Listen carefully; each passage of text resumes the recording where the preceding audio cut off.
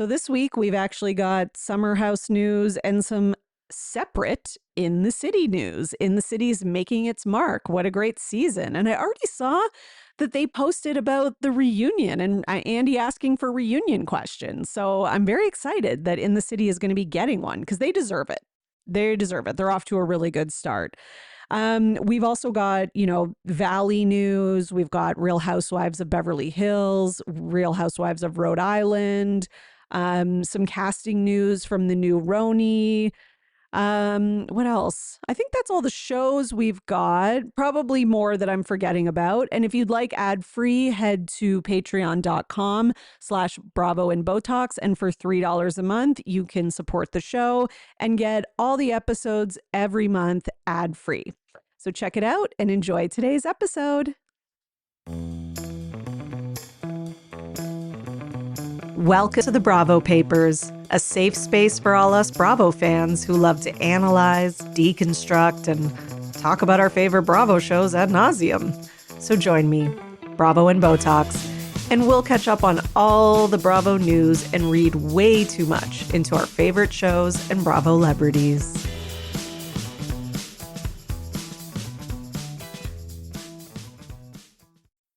Every day as a small business owner feels like solving a puzzle.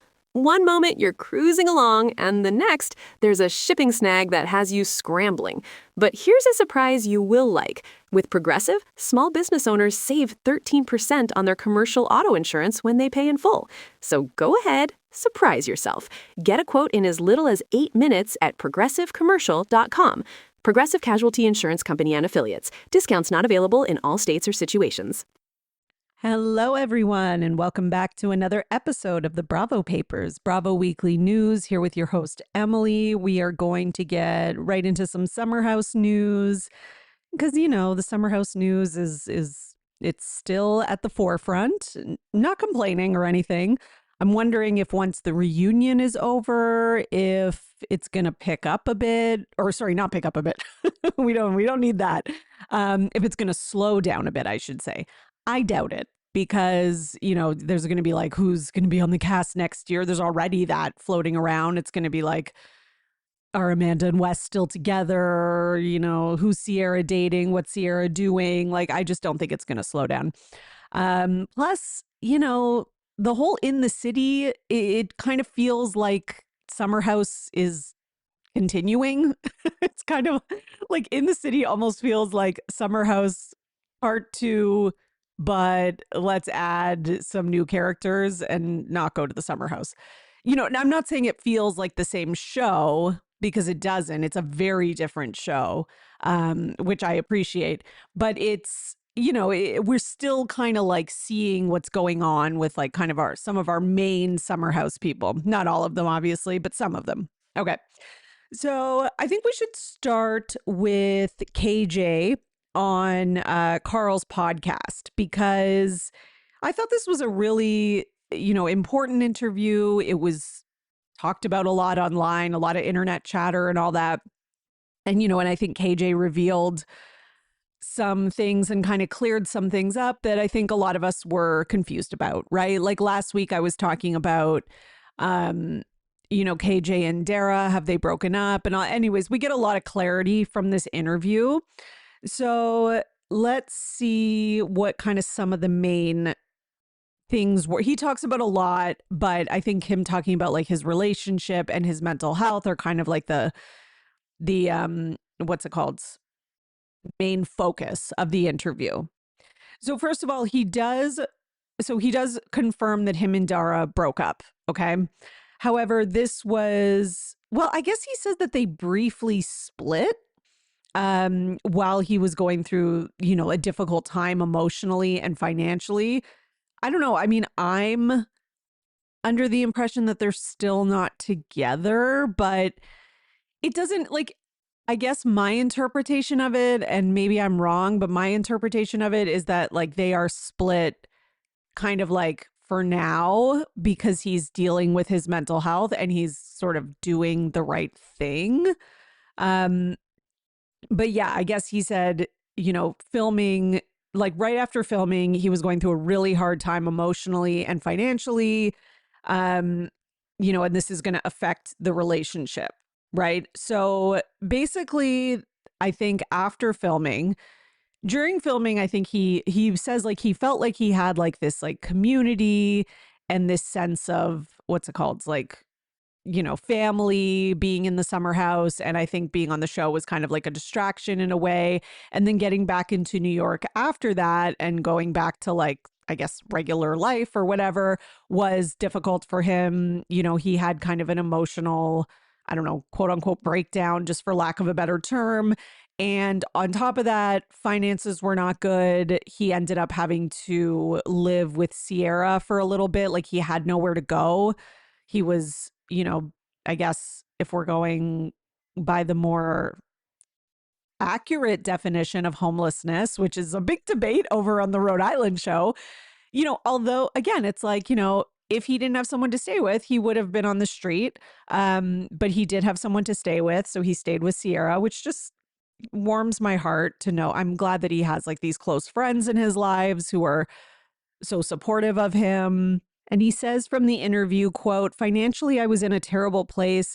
I wasn't working like how I am now, and I just had nothing. I had nothing. I was homeless for a little bit. I was staying at Sierra's and Dara's. It was a mess. Okay, so he was staying with Dara's at one point. He stayed at Sierra's. Like, I don't know exactly what the situation was.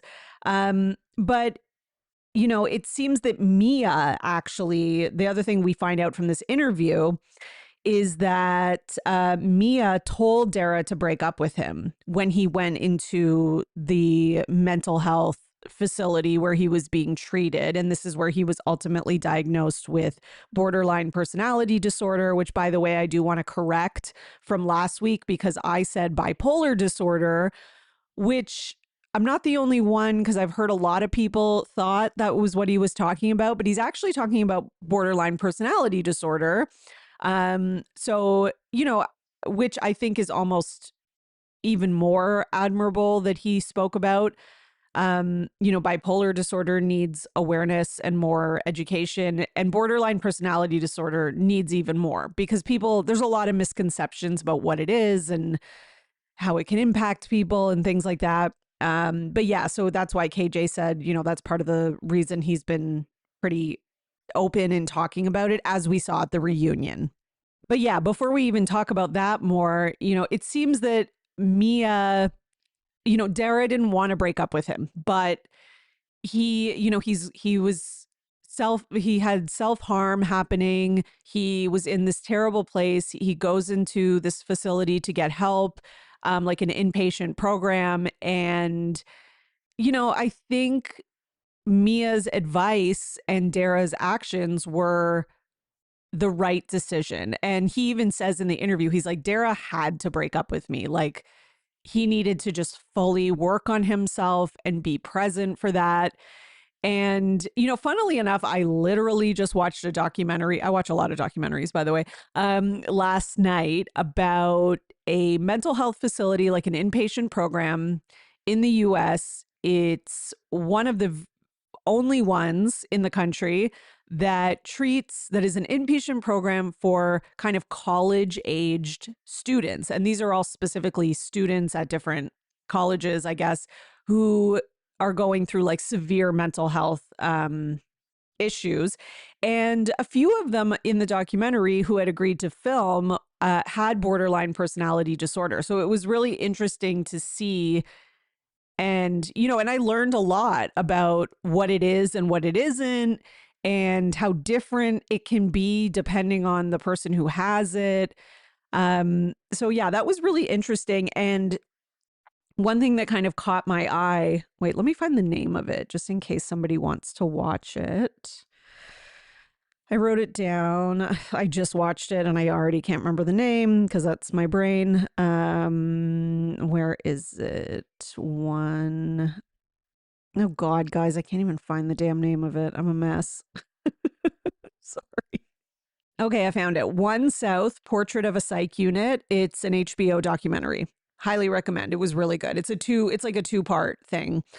But yeah, one interesting thing in it is there was one woman in it who has borderline personality disorder, and she has a boyfriend.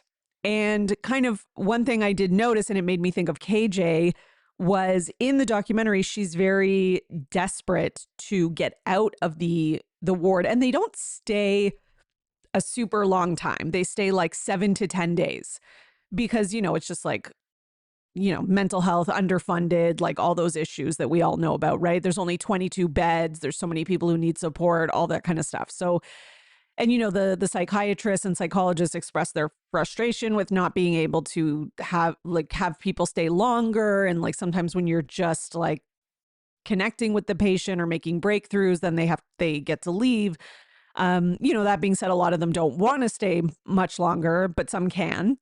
But yeah, this one woman, she is really wanting to leave because of her boyfriend. Like her boyfriend's going on a trip with his friends. She wants to see him before he goes. Like it does add to, like, she does seem very much a little like trying to convince them that she can leave early, and she's very wrapped up in like the boyfriend thing. And I'm not saying KJ's like that necessarily. I don't know how he is with, Dara and their relationship. But I do think that it can be a distraction, and it does seem like it is a distraction for the patients who are in a relationship. So yeah, I do think that for people who might just be like, well, can't you just have like a supportive partner who you like text with or FaceTime during the hours of the day where you're allowed to call family and friends, and that person's supportive and waiting for you when you're done. Like, yeah, but it can,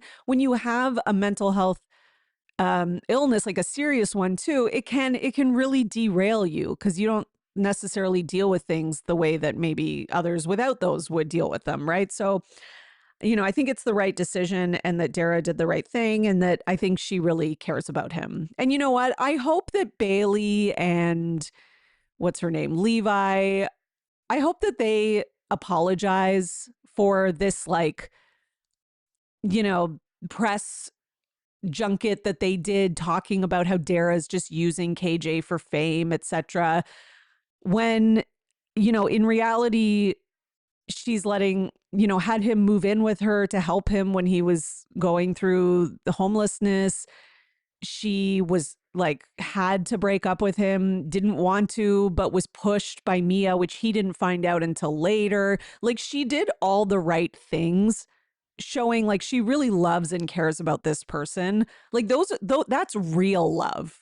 Okay. Real love is not these like romanticized fantasies that, like Amanda Batula thinks of love, like, oh my God, he's proposing on a boat, even though he just cheated on me 8 months ago, but I'll just pretend that didn't happen. Like that's real love and care for someone.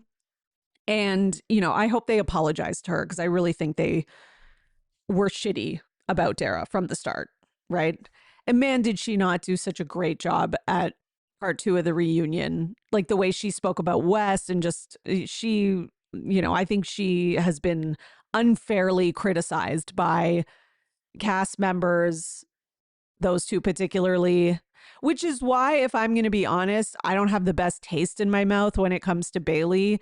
Levi, I could give a shit really, because I don't think she's going to be on the show again, but her too. But I just didn't understand that whole, like, let's come for Dara. Like, to me, it read as jealousy, as Dara got a bigger role on the show than Levi, and she was given more confessionals, and her and KJ fell in love, and they had this great relationship. Like, to me, it gave a little bit of like Mean Girl-ish, which, like, I don't know, my antennas went up for that. I didn't like it. I'm watching. That's all I'm saying.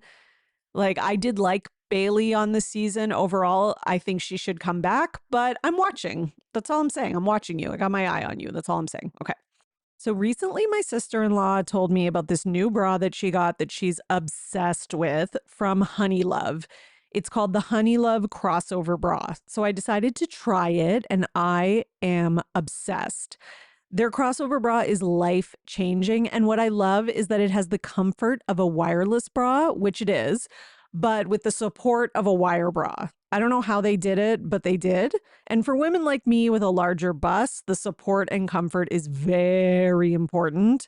One of the reasons I think Honey Love has nailed it with their bras and shapewear is because they're an independent female founded brand. So they know what women need and want in a bra and shapewear.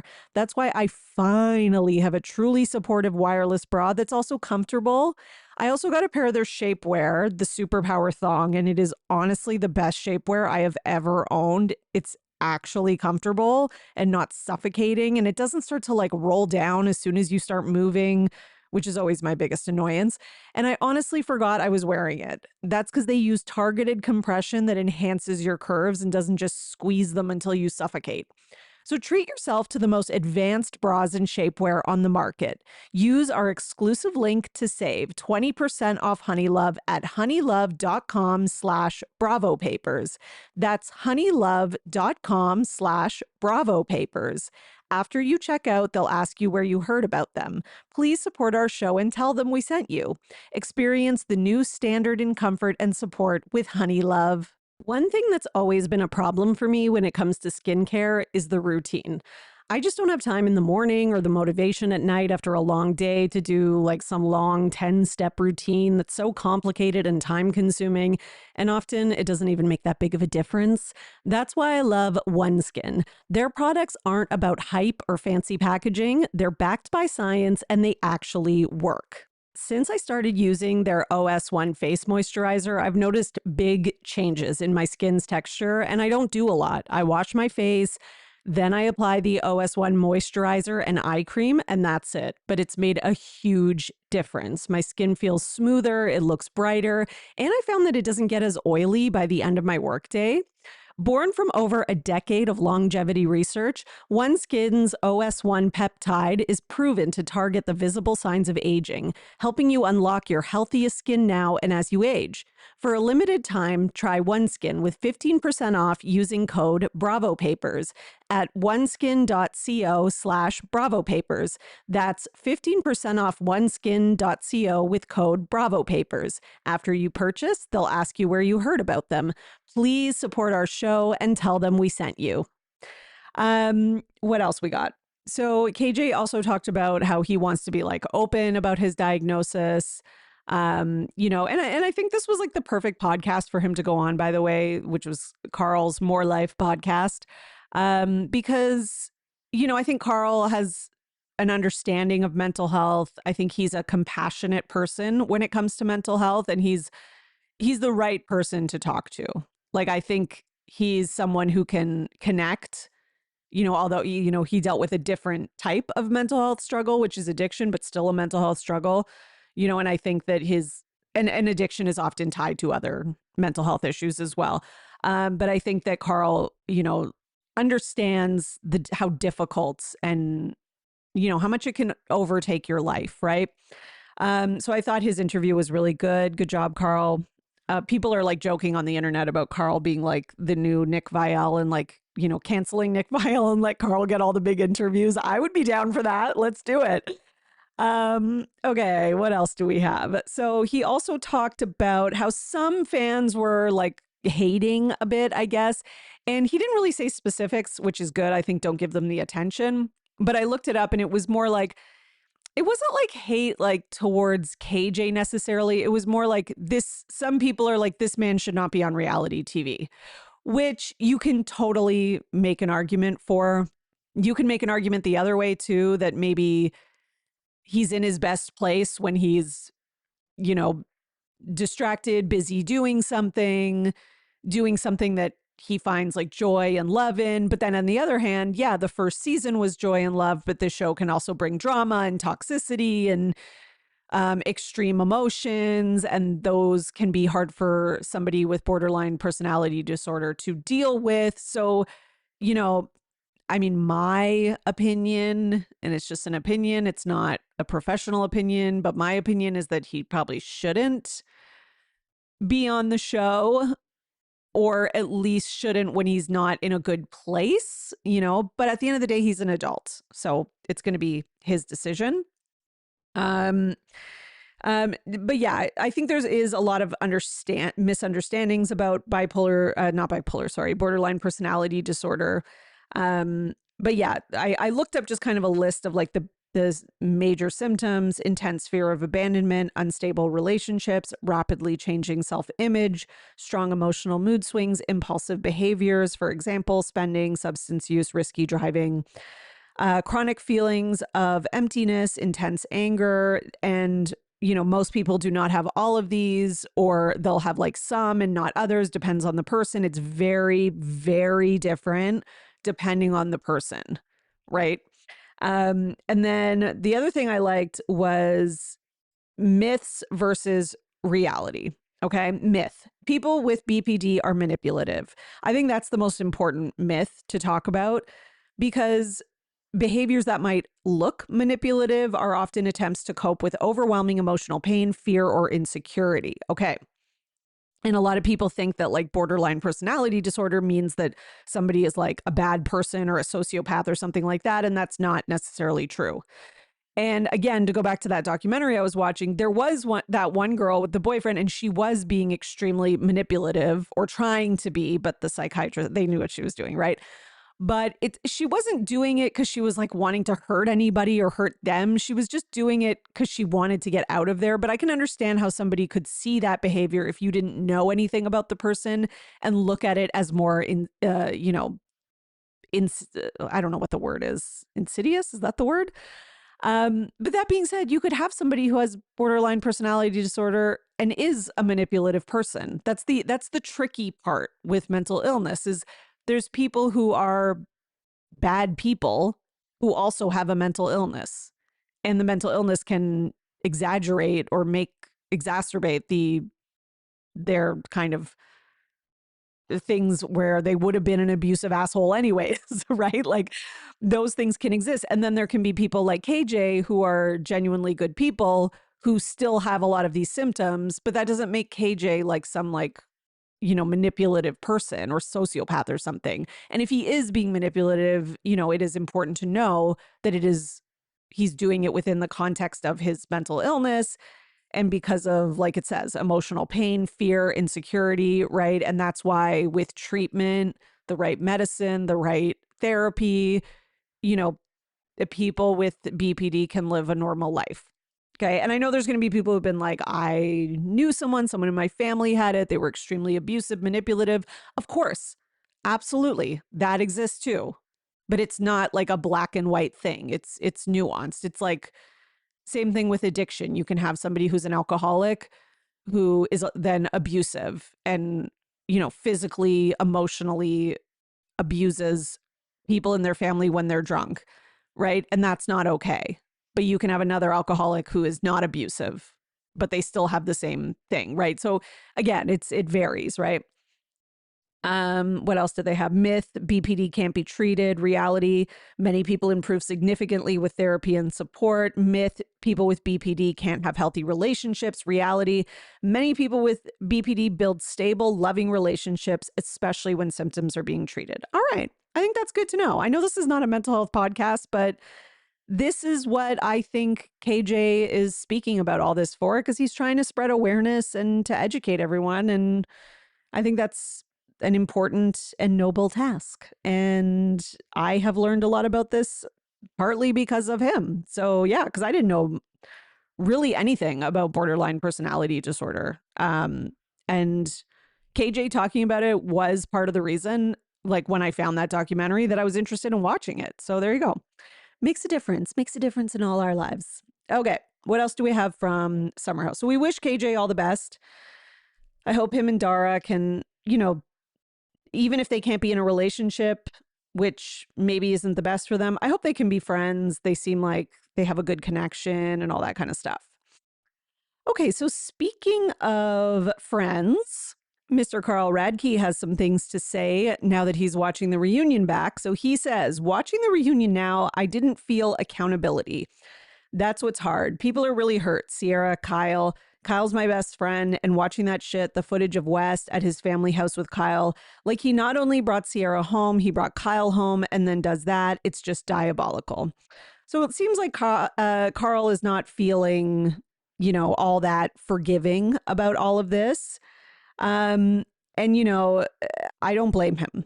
I think he's right. Like, I don't know. Watching part 2 of the reunion, I kind of feel like it just doesn't feel like these two.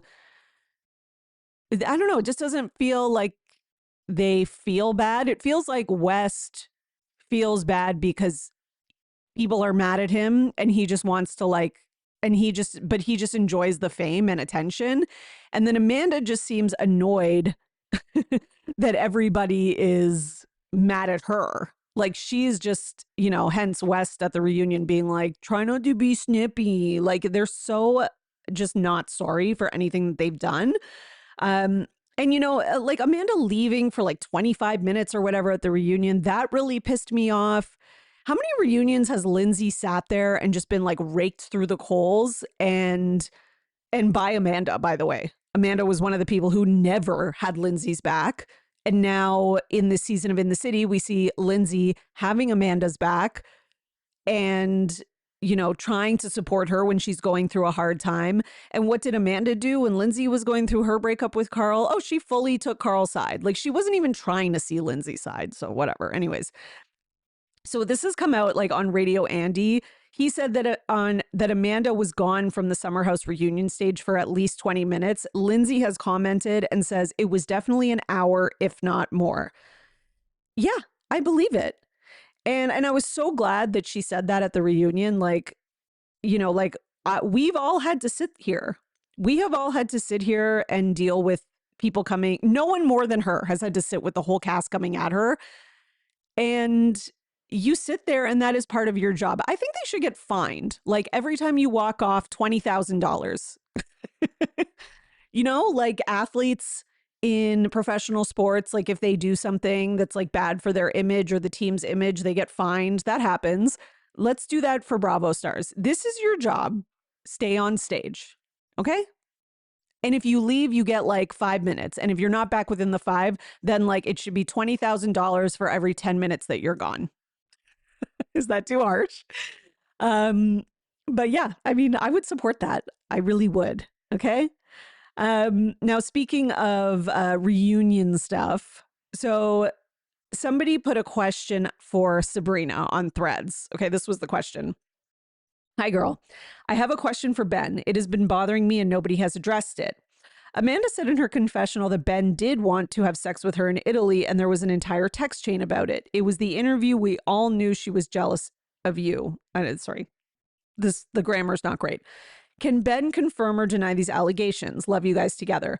And then Ben actually responds to it and says, there's no group text. It's fully untrue. She took it back at the reunion and said she over exaggerated that story. And he puts that in quotes. Hope that clears that. I really hope we see that because, like, I'm sorry, I did not did I believe that Amanda got like flirty vibes from Ben or vibes that like if she was open to it, he would have hooked up with her in Italy or something?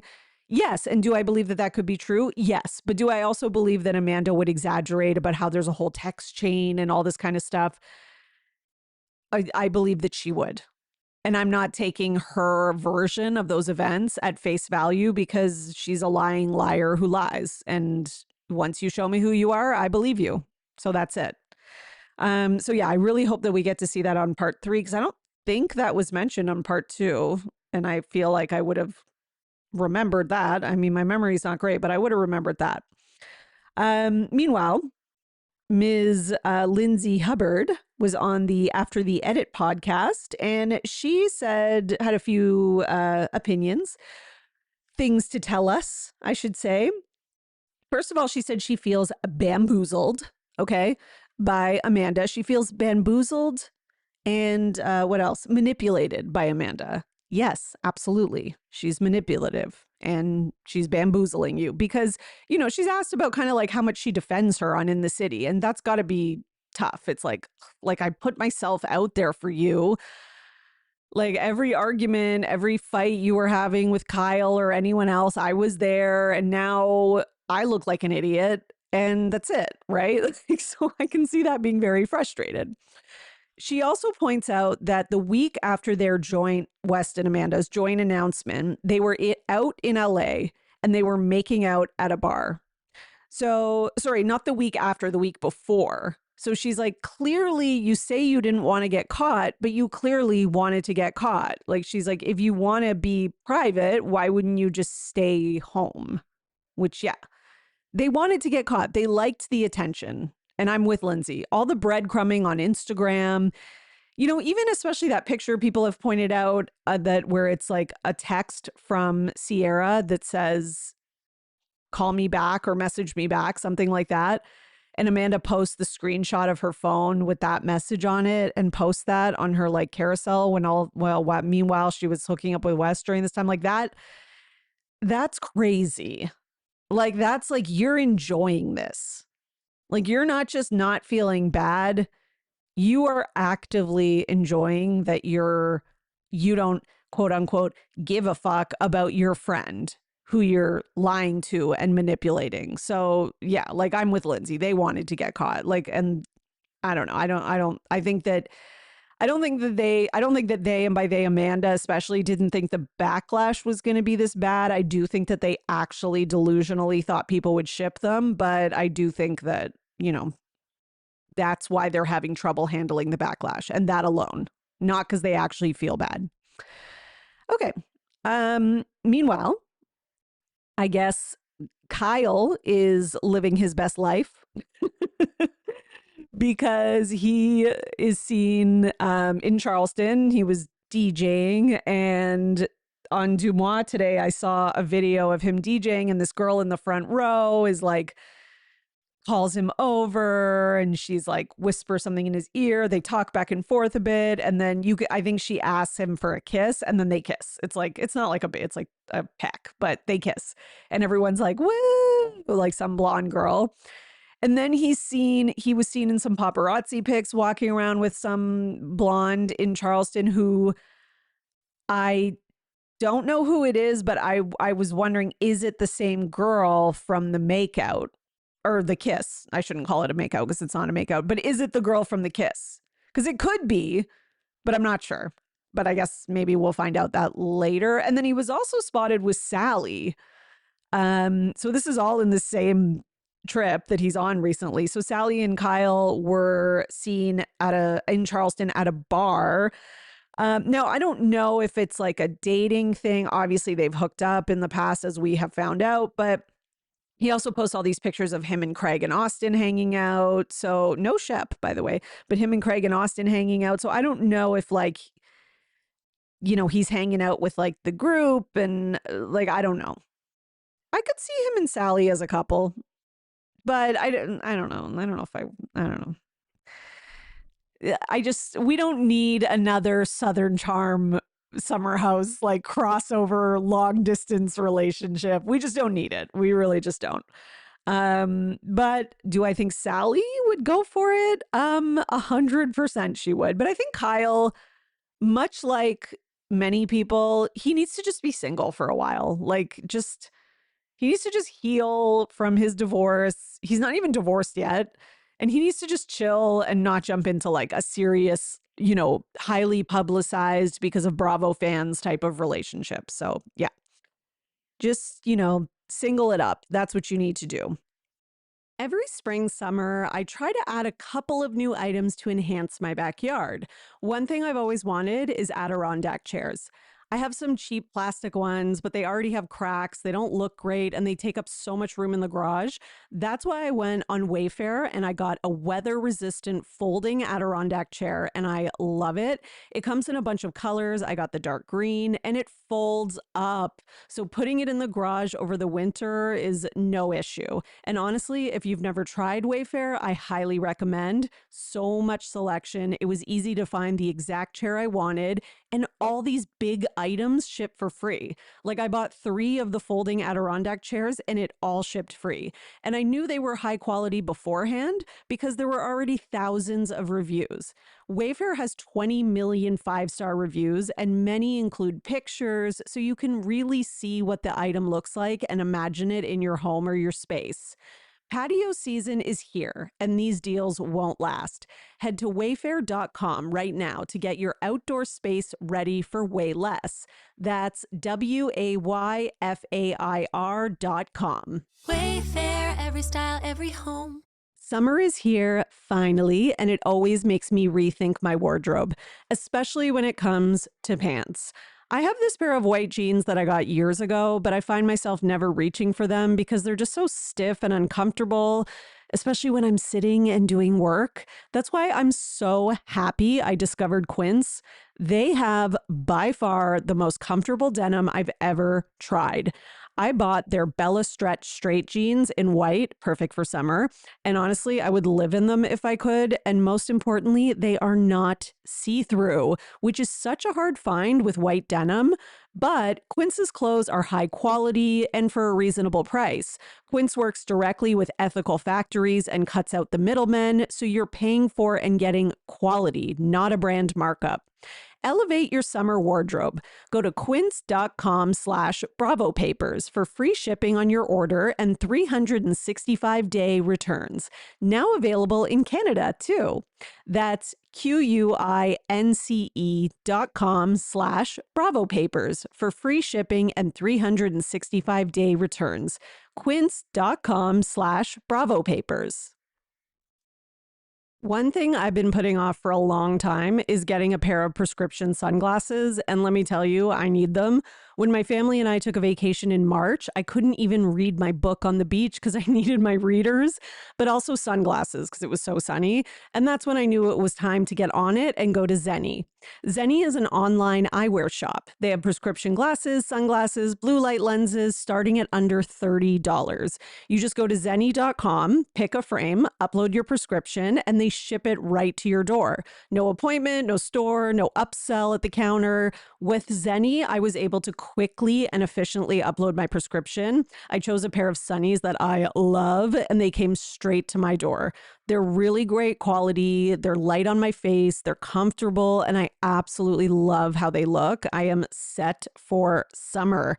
If your glasses are overdue for a refresh, now is the time. Go to zenni.com/podcast and use code podcast15 for 15% off your first order. The styles sell out, so don't sit on it. That's zenni.com/podcast. Promo code podcast15. So that's all going on. It looks like Kyle's made up with all the Southern Charm people. They all seem happy together and having a great time. You know, Sierra is continuing to live her best life. She's on on the cover of Interview magazine, talking about healing, Prozac, and karma. Karma, she says, I believe in it, and I know a few people who've got some bad karma coming in their future. Gee, I wonder who she could be talking about. She talks about, upping her Prozac dosage, or that she sometimes misses a day and she needs to make sure she doesn't do that. But yeah, she's been very open about the medication and the way she takes it, and I think that's great. She was also on the red carpet for La Culturistas and photographed with Chanel Ayan, Mia from Summer House, and Candice Dillard. Now, Candice spoke out and had something to say about this. She said that she felt like Sierra was a bit dry with her on the red carpet I heard this. I didn't really think too much of it because I just think that's just kind of who she is. Like she even says yeah, I'm not like warm and fuzzy and like I'm working on it. And like, not that she needs to work on that. Like just because she's a woman doesn't mean she has to be warm and fuzzy, but I guess you could work on like, if you're in the public space, you could work on like, maybe you don't want to come off as someone who thinks they're better than other people or isn't like interested in meeting other Bravo lebs. Like that's not good for your career. And that is like a career thing. But Chanel Ayan piped up and said, listen, give her a break. She was exhausted. She was on no sleep. She'd been flying all over the place. I think we all, and after everything she's been through, I think we all need to give each other some grace. And I thought that was like the perfect way to say it. Exactly. Like, she's been on a roller coaster since all of this happened, and I'm sure she's been go go go nonstop, hasn't had much time to just stop and like digest everything and just breathe and have some days where you're just have nothing on the calendar. I'm sure she has something on the calendar every damn day. So give her a break, Candace. And I like Candace. I'm a Candace liker. But I think Candace is more of a like, oh my God, hi, like type of person. So when she doesn't get that back, she maybe assumes it's bad. So yeah, we don't need any beef here. Okay. Okay. Sierra's also in Shabuzi's new music video. So that's cool too. And she looks great as usual. And our last piece of Summer House news here is actually in relation to Sally and West. If God, there's a part of me that's like these like Bravo stars they're kind of like if you ever had at your high school, like the group of like popular kids that were like the kind of like they had like their little clique or whatever. And then it was like they like wouldn't date outside of that group. And it was like this person dated this guy. And then the next year he's dating another girl and she's dating. Like I remember there being a group like that at my high school. And I always thought it was so strange and still do. This group is giving those like, low key, like incestuous type of vibes. Like I know they're not related. Obviously, I'm joking. But yeah, anyways. So the Bravo investigator added this to the timeline on Threads, and it's hilarious because on December 29th episode of Two Teas in a Pod, Sally said, quote, she played a little bit with a certain someone, confessing that it was Wes. She said, Wes came to Columbia. He's great. And we hung out at BravoCon and it was fun. His personality is awesome. He's very genuine. Like if you're hanging out with him, all of his attention is on you, which makes kind of sense because then on the Southern Hospitality reunion, so one of them we see in the preview, we haven't actually seen it, but one of them is saying how like Mia is lying about hooking up with West and Sally told her that she needs to hook up with him and like all this other stuff. So yeah, it seems like and then now she's like hooking up with Kyle. I mean, this group they're wild, but okay, good for them. I mean, I'm sure there are some women at this point who might be like, well, maybe not. I was going to say maybe regretting hooking up with West now that he's, America's #1 most hated man, but maybe not. Who knows? Or maybe they're happy that they saw it as just a one-night hookup and that they're not morons like Amanda who actually thinks he's going to like make them their wife or something. Okay. Let's go to some in the city news since we're already on that topic. Actually, I guess we're not really on that topic, but we pretty much are, okay? It's a very similar cast, all right? But Danielle was on Watch What Happens Live, and she says that the girls were coming at her a lot more during that lunch scene from the last episode, and that's why Kenny said that Lindsay has her minions, quote unquote. So she says that yes, she says Kenny said that because the girls were coming at me, but it wasn't shown.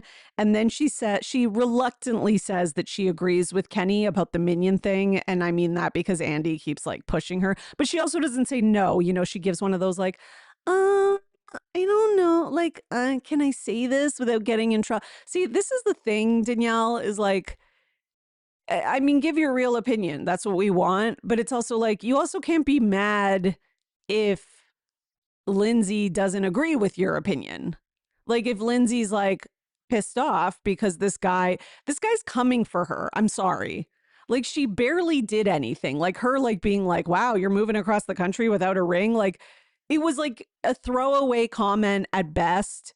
And he can be a little annoyed about it, but also like struck a nerve much. But it's like, but he's the one who's like continuing it and making it even bigger than it needs to be.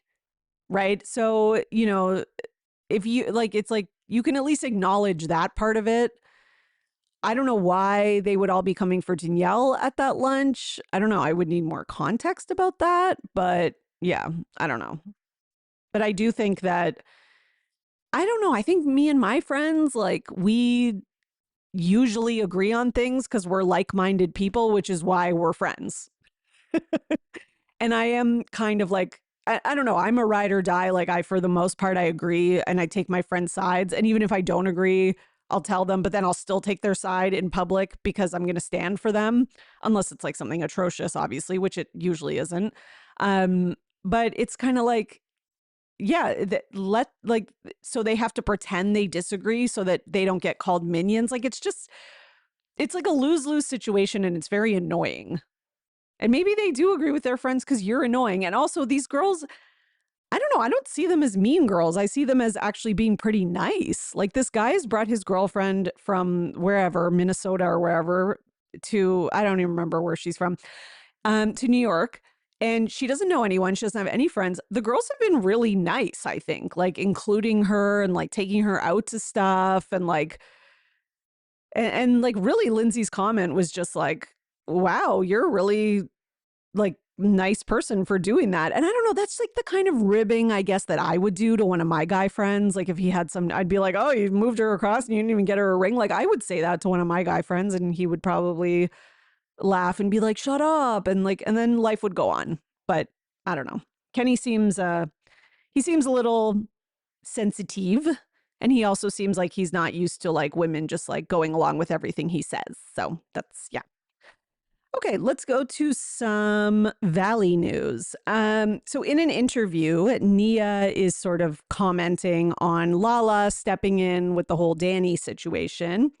She says, I actually don't think Lala overstepped. I know I kind of said that, but I think it also kind of depends on the friendship and the dynamic, because if it was Kristen coming in, I'd be like, come in, girl, let's handle this. And Lala and I are not that close. But as a woman, I get what she was saying and where she was coming from. If it was a similar situation, I probably would have done the same thing. Now, I have to say, although this could be Nia's real opinion, that was very Whitney Rosemary, real opinion, I do kind of also think that she's saying this just because of fan reaction. Like, I think that fan reaction has been so negative towards Danny. And I think she's trying to kind of like just cool, like fan that a little, not fan the flame. Sorry, that's not the right phrase.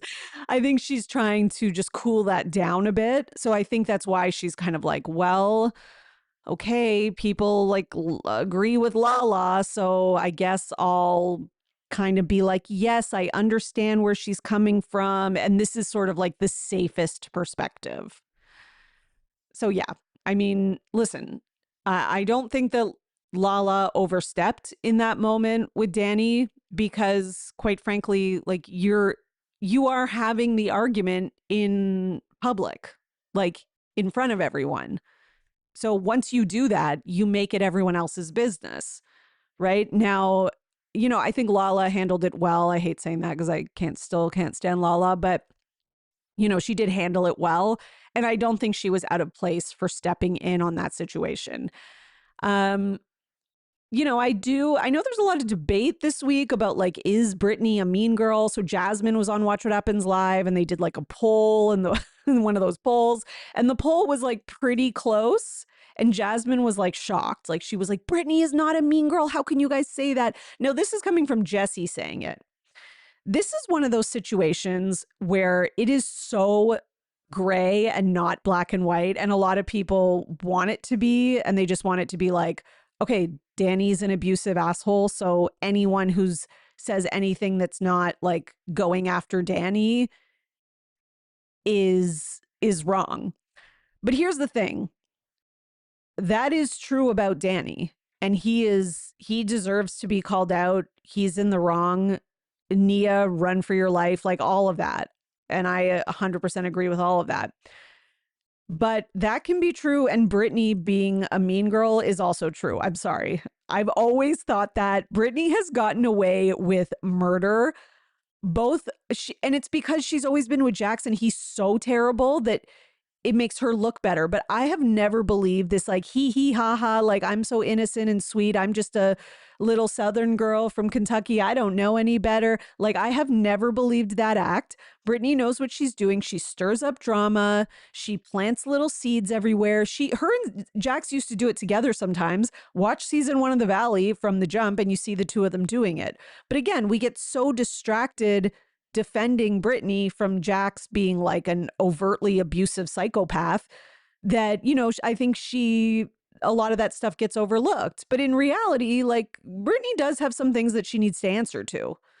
Like all of the stuff with Jax, I'm on Brittany's side 100%, 100,000 gajillion percent. No matter what she does, no matter what, no one deserves to be treated the way that he was treating Brittany.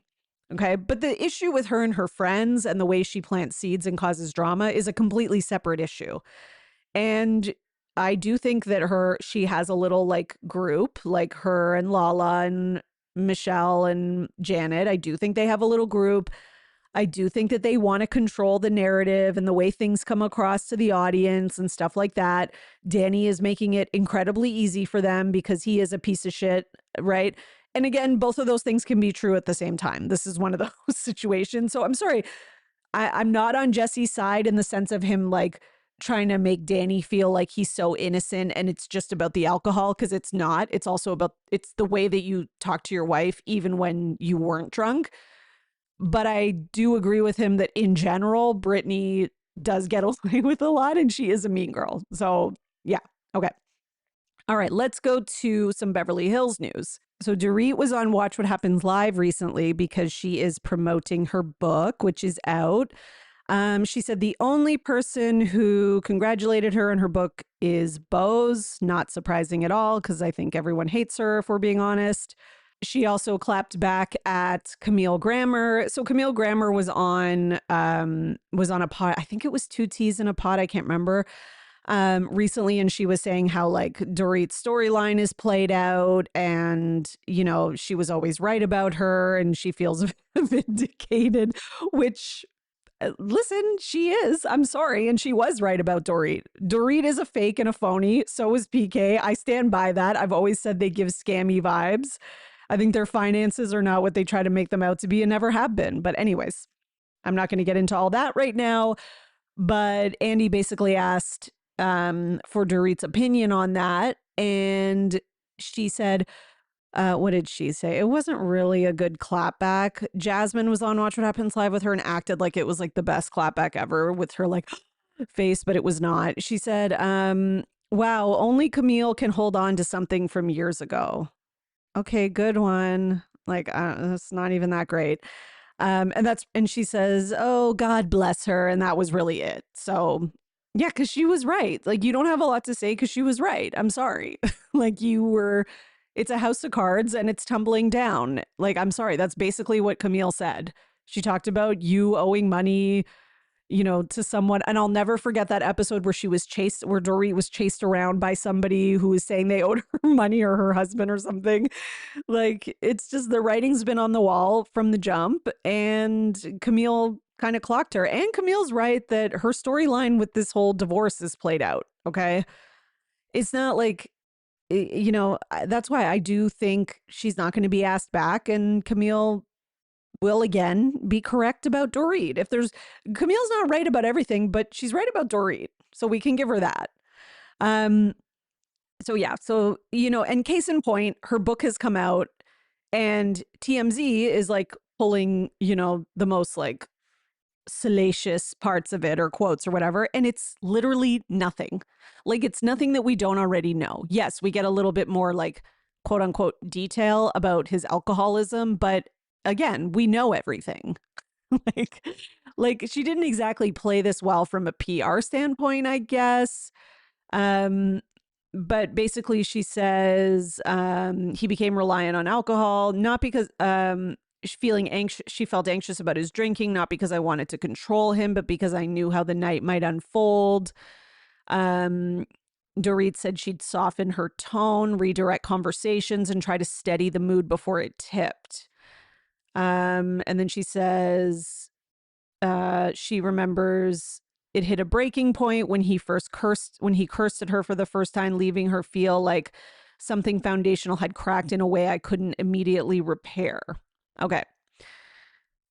Again, like those are things that a lot of people who are married to people with addiction or alcoholism or can relate to 100%. I'm not saying it's not like an important thing to discuss, but it's not anything that we haven't heard already that hasn't kind of been played out for 2 seasons or 3? 2, right? Yeah, I think 2, maybe 3 even. I don't even see. I've lost track. Meanwhile, Amanda Francis is thinking about buying Dorit's house. Not really, but but she said, sometimes I consider buying Dorit's home. If it wasn't so modern, if it wasn't so pigeonholed in this one specific style, and I thought we'd have an easier time renovating it into something we could make that would make us money, I think I would absolutely consider buying it. I like the headline, Money Queen Buys House, but I don't think it'd be a fun renovation for us. I am sorry, but that is funny. Like, I know she's just doing this to poke at Dorit, which makes it even better. But if she bought that house, if it was in foreclosure and the bank was auctioning it off and she got it at like a steal, and I would die. I would have no choice but to stan Amanda. Okay. And that's, that's a lot, but I would have no choice. It would not be my choice. I would have to. It is funny though, her talking about it being pigeonholed with that style. Like, I'm like, yeah, it's that like modern farmhouse, but that's what your house is too. Like, she's like, she renovated Kyle's house and that's what she made it into. Like, I don't know. I didn't really see much character. Like, to me, it just looked like like it had more character than Dorit's. Like, Dorit's is like very modern farmhouse, but like yours is not. Like, don't pretend like your home is like, French chateau or something. Like, it's not like it's something so different. Like, it's also modern farmhouse. It's just like a slightly more Amanda take on it. I don't know. And I think Dorit's house is nicer. Like, I would rather have Kyle's house because like location, and I think the house itself is better, has good bones and character. But in terms of like the way the design is done, I guess I would lean towards Dorit's because I don't like what Amanda did with it. Like, I think Amanda didn't do very well with it. But yeah, I don't think Kyle did well with it either. I don't. They're both a disaster. Okay, what else we got? Let's get into some Real Housewives of Rhode Island, also known as the gift that keeps on giving. So first of all, filming is going to be starting in July for season 2. Love that. I had no doubt in my mind that they would be getting a season 2. I mean, we all knew because at the upfronts they announced it, but I'm also just very excited that they're already starting filming because what we don't need is a big, large gap. Okay, we've got some really solid foundation and storylines on this show, and we need that to keep going, of course.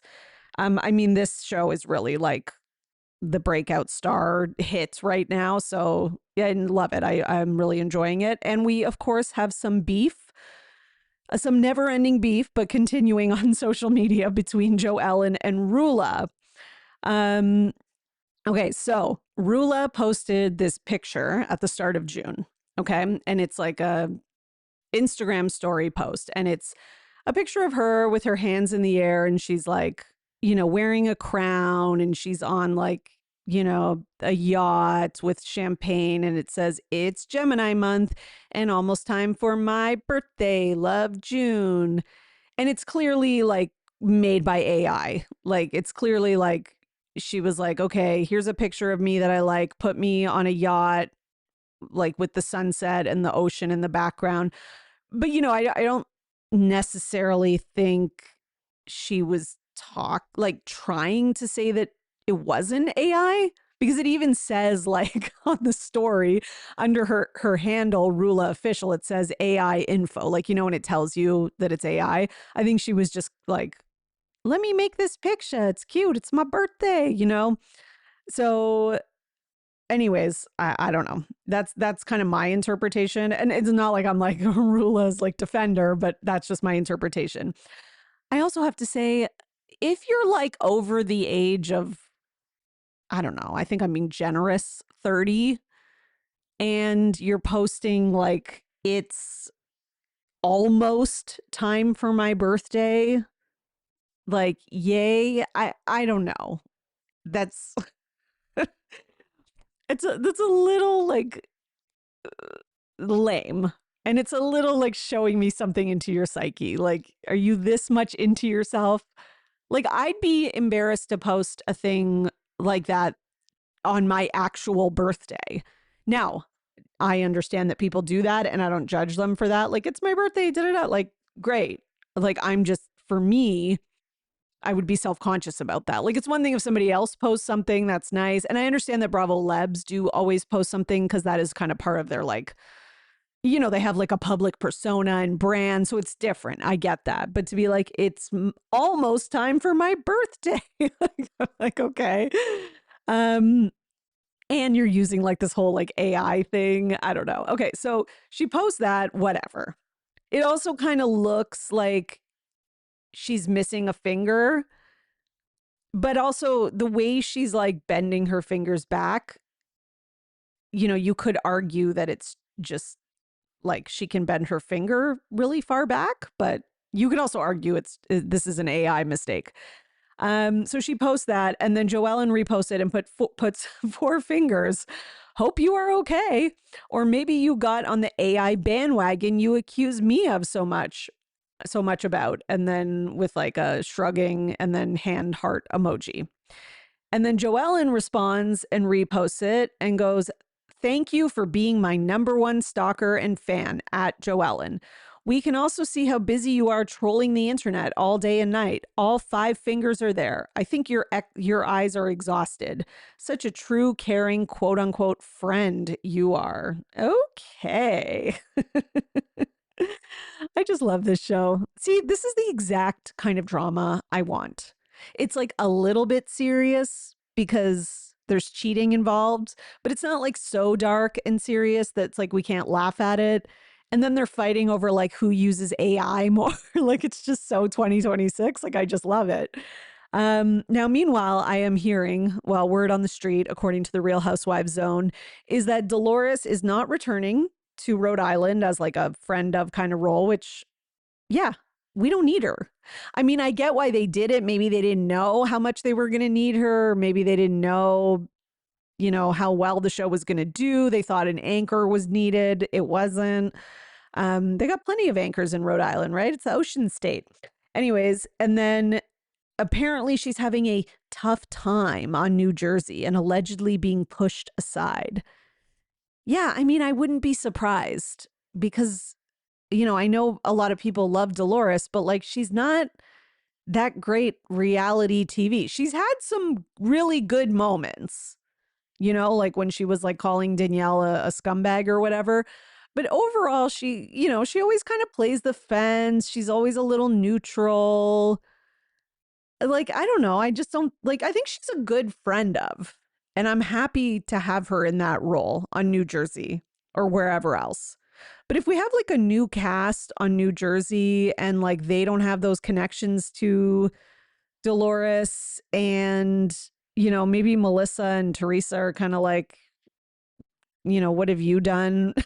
Probably not, but I could see her getting pushed aside. But again, this could just be, you know, this could just be a storyline or a rumor, word on the street that then gets like, you know, shared on social media by everybody. And we don't actually know if it's true. So like I always say, take it with a grain of salt when it comes to anything to do with like casting and, you know, who's getting the most screen time and all that kind of stuff.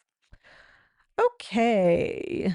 One last quick thing before we go about the new RHONI. So apparently, Devin Simone, I think I'm saying that right. Devin Simone of The Real World and The Challenge is going to be joining the cast of RHONI season 16.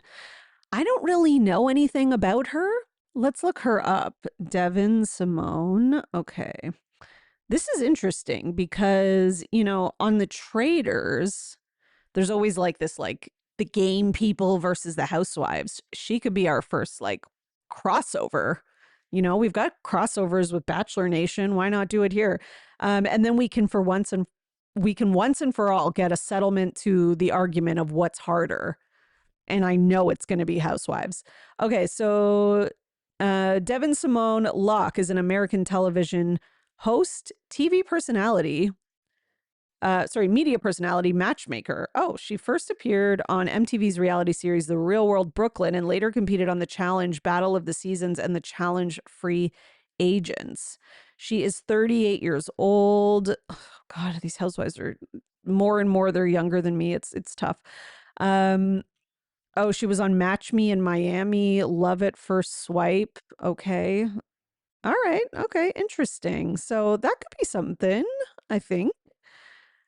Interesting. And I'm just looking at her social media. Okay. Okay. Tinder's resident relationship expert. Oh, okay. So she's like a Tinder person, consultant, whatever. All right. I don't know anything about her, but if you do and you know her personality, etc., then let me know what you think. All right, everyone. That is all for today. I hope you enjoyed today's episode and you are now in the know for everything Bravo. Until next time, bye.